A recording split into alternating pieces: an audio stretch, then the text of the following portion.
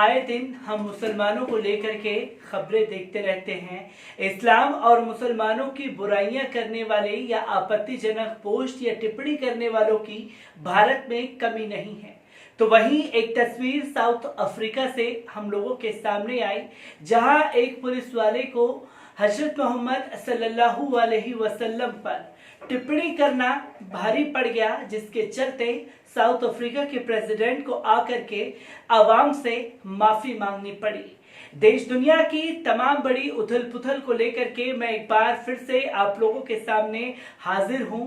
जिन मुद्दों को आपके सामने रखा जाना चाहिए, उन्हीं मुद्दों को आप लोगों के सामने रख रहा हूं। इस पर ज्यादा ना बात करके बढ़ते हैं पहली खबर की तरफ, जहां इमामे काबा की तरफ से हम लोगों के सामने एक बड़ा मैसेज आ रहा है। आखिरकार क्या है ये मैसेज, उस पर भी नजर डाल लीजिए। बढ़ते हैं पहली खबर की तरफ। मुसलमान जल्द ही मस्जिद में लौटेंगे, इमामे काबा। सऊदी गजट की रिपोर्ट के अनुसार इमामे काबा शेख अब्दुल रहमान अल सुदैस ने मंगलवार को मुसलमानों को भरोसा दिलाया कि जल्द ही सऊदी अरब के मक्का में ग्रैंड मस्जिद में लोग वापस आएंगे।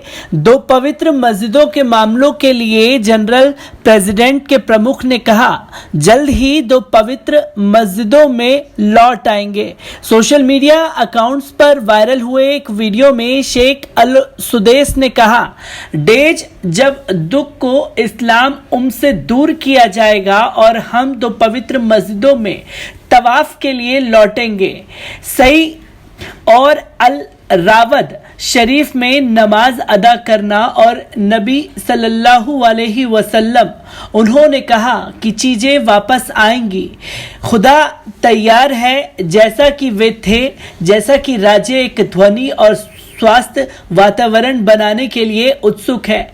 इस बीच हज मंत्रालय और उम्रा के सऊदी मंत्रालय ने अपने आधिकारिक ट्विटर अकाउंट पर पोस्ट किए गए एक बयान में भी मुसलमानों को आश्वस्त किया कि उपासक किंग सलमान के बुद्धिमान नेतृत्व के तहत मक्का और मदीना लौट आएंगे।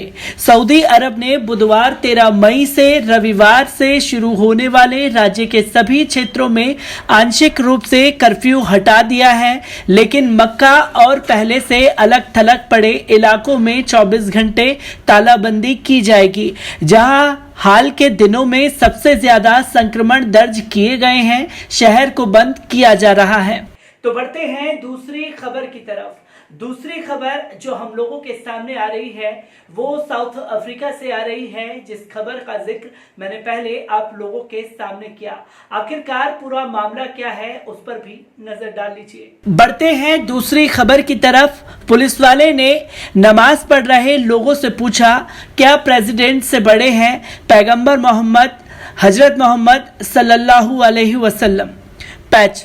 बढ़ते हैं दूसरी खबर की तरफ। साउथ अफ्रीका में पुलिस वाले ने नमाज पढ़ रहे लोगों से पूछा, क्या प्रेसिडेंट से बड़े हैं हजरत मोहम्मद सल्लल्लाहु अलैहि वसल्लम। दक्षिण अफ्रीका में पुलिस का एक वीडियो सोशल मीडिया पर वायरल हो रहा है, जिस पर सरकार को माफी मांगनी पड़ी। दरअसल यहां लॉकडाउन का उल्लंघन कर मस्जिद में नमाज पढ़ रहे लोगों को हटाने के दौरान एक पुलिस वाले ने हजरत मोहम्मद सल्लल्लाहु अलैहि वसल्लम को लेकर विवादित टिप्पणी की थी। इस घटना का वीडियो सोशल मीडिया पर वायरल हो गया, जिसके बाद सरकार ने पुलिस मिनिस्टर को माफी मांगनी पड़ी।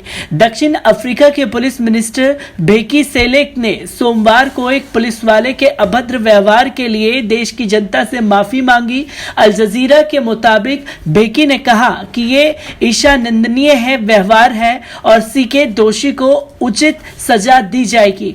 वीडियो में साफ देखा जा सकता है कि पुलिस टीम लॉकडाउन का उल्लंघन कर मस्जिद में नमाज पढ़ रहे लोगों को हिरासत में लेने के लिए पहुंची थी। इसी दौरान एक पुलिसकर्मी ने लोगों के साथ अभद्रता करनी शुरू शुरू कर दी। वीडियो में पुलिस वाला लोगों से बार बार सवाल करता नजर आता है, क्या तुम राष्ट्रपति से बड़े हो? क्या तुम्हारे हजरत मोहम्मद सल्लल्लाहु अलैहि वसल्लम राष्ट्रपति से बड़े हैं? बेकी ने कहा, हम पुलिस डिपार्टमेंट और सरकार की तरफ से मुस्लिम समुदाय से इस व्यवहार के लिए माफी मांगते हैं। ये मामला दक्षिण अफ्रीका के मापू लंगा प्रोविंसी का बताया जा रहा है। पुलिस की तरफ से जारी एक बयान में भी कहा गया है कि इस तरह के व्यवहार की फोर्स में कोई जगह नहीं है, इसे बिल्कुल भी बर्दाश्त नहीं किया जाएगा। हालांकि पुलिस ने माना है कि मस्जिद में इकट्ठा होकर लॉकडाउन के नियमों का उल्लंघन किया जा रहा था।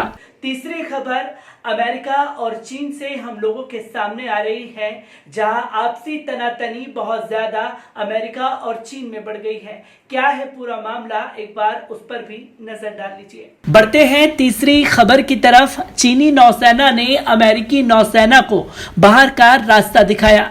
चीन की नौसेना ने अमेरिकी नौसेना को विवादित दक्षिण चीनी सरकार के जल क्षेत्र से बाहर निकाल दिया है। चीनी नौसेना के युद्धक विमानों और नौसेना ने अमेरिकी युद्धपोतों को स्कॉट करके वहां से निकाल दिया है। चीनी अधिकारियों ने आरोप लगाया है कि अमेरिकी उत्तेजक कार्यवाहियां कर रहा है। यूएस बैरी नाम का एक अमेरिकी गाइडेड मिसाइल डिस्ट्राइड शिनोवा द्वीप के निकट बीजिंग के टेटुयोरिल वाटर में घुस गया। चीनी नौसेना ने एक बयान में बताया कि यह घटना मंगलवार की है। बयान में कहा गया कि अमेरिका की उत्तेजक कार्यवाहियों से अंतर्राष्ट्रीय नियमों का खुला उल्लंघन होता है और इससे चीन की संप्रभुता का ही हनन हुआ है। जहां इजराइल और अमेरिका का पारा गर्म हो चुका है, और वो पारा किस लिए गर्म हुआ है, एक बार उस रिपोर्ट पर भी नजर डाल लीजिए। बढ़ते हैं चौथी खबर की तरफ।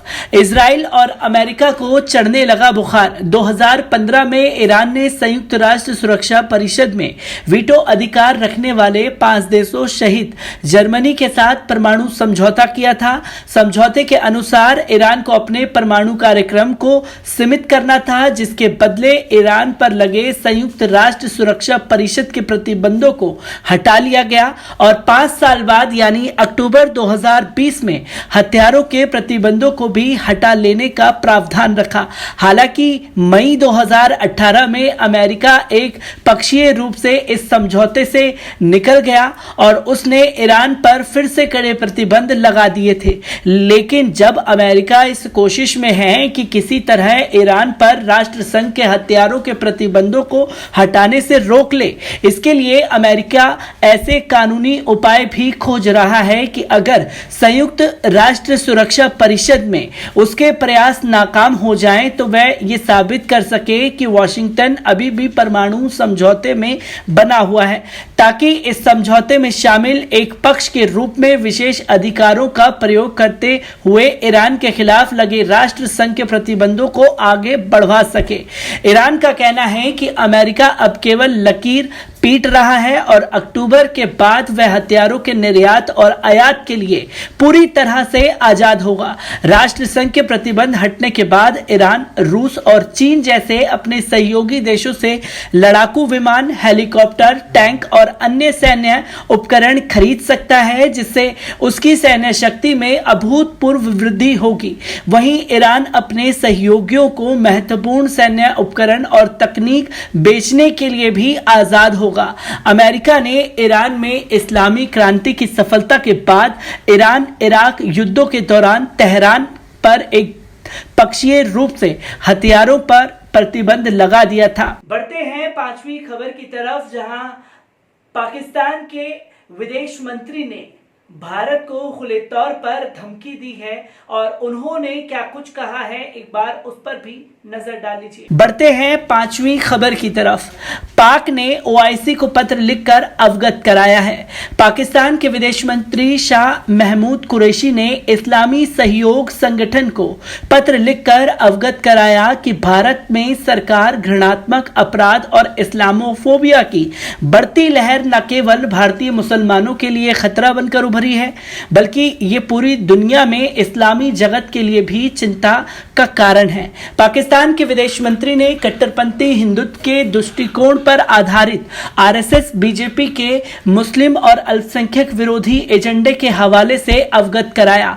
पाकिस्तान के विदेश मंत्री ने कहा कि भारतीय जनता पार्टी ने व्यवस्थित ढंग से मुसलमानों को वायरस के फैलावे के लिए जिम्मेदार ठहराया। उन्होंने इस बात पर बल दिया कि भारतीय कार्रवाइयां संबंधित अंतर्राष्ट्रीय कन्वेंशन के विरोध हैं और इस मुश्किल समय में धार्मिक समन्वय के अंतर्राष्ट्रीय प्रयासों को गंभीरता से नुकसान पहुंचा रहे हैं। शाह महमूद कुरैशी ने विश्व समुदाय से आशा व्यक्त की है कि वह स्थिति की गंभीरता को समझेंगे और भारत को अपने रवैये में परिवर्तन के लिए तैयार करेंगे, जो भारतीय अल्पसंख्यकों विशेषकर मुसलमानों की रक्षा और उनके मूल अधिकारों को स्वतंत्र के लिए खतरा है। इसके अतिरिक्त पाकिस्तान के विदेश मंत्री ने ट्वीट कर कहा कि हम भारत को गुजरात का इतिहास दोहराने नहीं देंगे। उन्होंने कहा कि भारत इस्लामोफोबिया की चपेट में है। मुसलमानों के विरोध घृणात्मक और उनके साथ भेदभावपूर्ण बर्ताव किया जा रहा है। पाकिस्तान के विदेश मंत्री ने कहा कि भारत में मुसलमानों के विरोध अभियान चलाया जा रहा है कि उनको कोई चीज बेची ना जाए, उनके घरों पर हमले जारी हैं। पाकिस्तान के प्रधानमंत्री ने मोदी सरकार को चिताया है। हालांकि पाकिस्तान की इतनी हैसियत नहीं कि वो भारत के प्रधानमंत्री के खिलाफ कोई टिप्पणी करे। आखिरकार जिन शब्दों के लिए पाकिस्तान भारत के प्रधानमंत्री को कह रहे हैं या पाकिस्तान जिस तरह से भारत सरकार की आलोचना कर रहा है, उन्हें अपने गिरबान में भी झांक करके देखना चाहिए कि वहां पर किस तरीके का व्यवहार अल्पसंख्यकों के साथ किया जा रहा है। इसमें हमाम में दोनों ही देश पूरी तरीके से नंगे हो चुके हैं, या यूं कह लीजिए कि एक दूसरे की आड़ में खुद को बचाने की जद्दोजहद जारी है। मैं ऐसी ही तमाम खबरों को लेकर के आपके सामने हाजिर होता रहूंगा। तब तक के लिए दीजिए मुझे इजाजत। शुक्रिया।